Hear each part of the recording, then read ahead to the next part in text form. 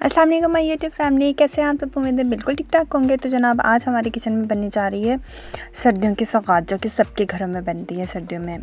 तो हम बना रहे हैं साग। तो उसके लिए हमने क्या किया था, 2.5 kg मेरे पास था साग।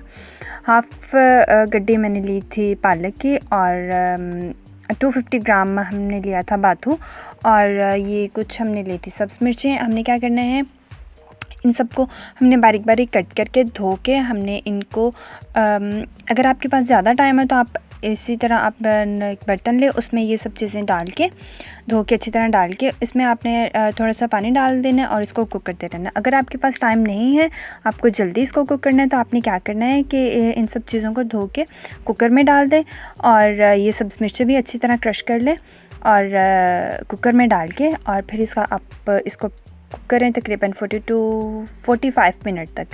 तो ये हमारा जो है वो अच्छे से बन जाएगा। तो अब हमने क्या किया है कि जो हमारे पास था साग, पालक और जो था बाथू, वो हमने धो के इसमें हमने ऐड कर दिया है, और अब हमने जो फ्लेम है वो ऑन कर देनी है। उसके बाद क्या होना है कि जब अभी ये काफ़ी ऊपर है ना, तो जब ये कुक होगा तो ये थोड़ा नीचे हो जाएगा, और अभी हमने इसमें ऐड कर दिया। ठीक है, जब ये नीचे हो जाएगा थोड़ा सा कुक होके, मतलब कुक होके थोड़ा ये कम हो जाएगा ना, तो फिर हमने क्या करना है कि अपना जो कुकर है वो बंद कर देना है। 45 या 50 मिनट के लिए हमने इसको बंद कर देना है। तो अभी ये कुक होता है और फिर हम आते हैं। तो जनाब जब तक साग जो है वो थोड़ा कुक हो रहा है, तो हमने क्या किया है कि ग्रीन चिलीज़ जो इनको हमने कट कर लिया है, और अब ये चॉपर में इसमें डाल के इसको मैं अच्छी तरह बारीक चॉप कर लूँगी। ठीक है,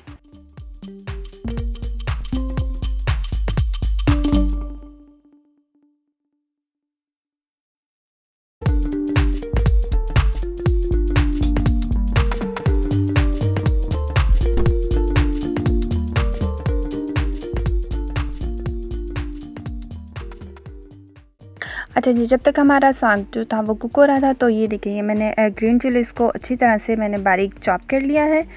और अब ये देखें जी, ये हमारा साग जो ये कुक हो रहा है तकरीबन 10 मिनट में ये इस तरह से हो जाता है। ठीक है, 10 से 15 मिनट में ये इसका पानी जो वो ऊपर आ जाता है। और अब हमने क्या करना है, इस तरह से करके, और जो हमने ग्रीन चिलीज़ चॉप की थी वो हमने इसमें सारी ऐड कर देनी। ठीक है, उसके अलावा हमने क्या करना है, अकॉर्डिंग टू टेस्ट, आप लोग जितना नमक यूज़ करते हैं उतना आप इसमें ऐड कर सकते हैं। मैंने 2 टेबलस्पून ऐड किया, आप अपने टेस्ट के मुताबिक ऐड कर सकते हैं। ठीक है, ये ऐड करके हमने इसको मिक्स करके 45 मिनट के लिए इसको प्रेशर कुकर में रख देना है। ठीक है,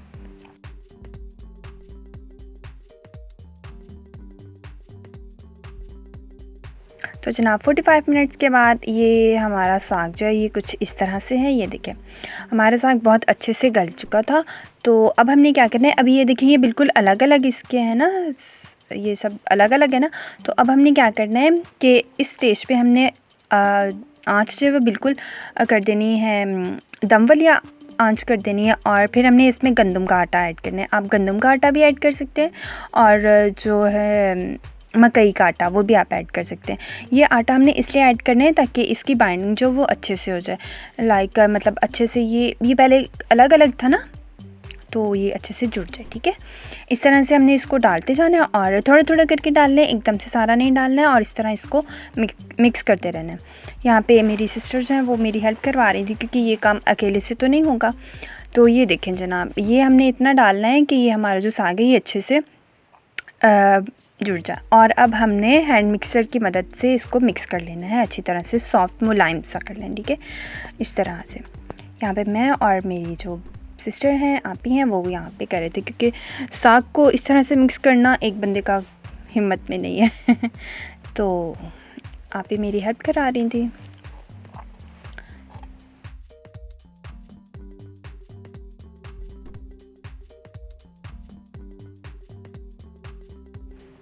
तो जनाब ये देखिए हमारा सारा जो साग था वो अच्छे से मुलायम सॉफ्ट सा हो गया।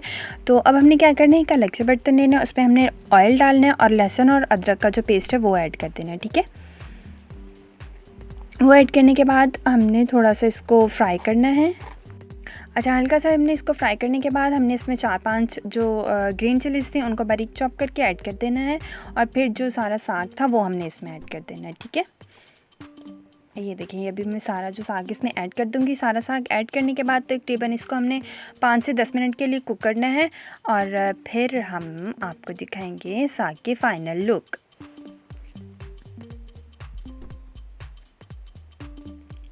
ये देखिए मैंने सारा साग इसमें ऐड कर दिया। 5 से 10 मिनट के लिए मैं इसको कुक करूँगी और फिर आप देखिएगा साग की फ़ाइनल लुक।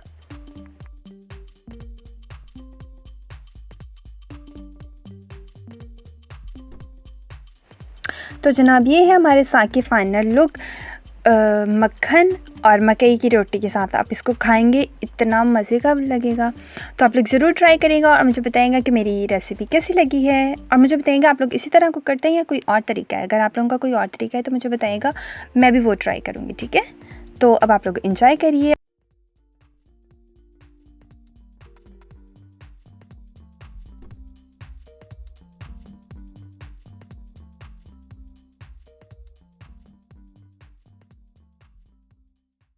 तो जनाब आऊँगी इंशाल्लाह बहुत जल्द में एक और मज़ेदार सी रेसिपी लेके। तब तक आप लोग अपना और अपनी फ़ैमिली का बहुत सा ख्याल रखिएगा।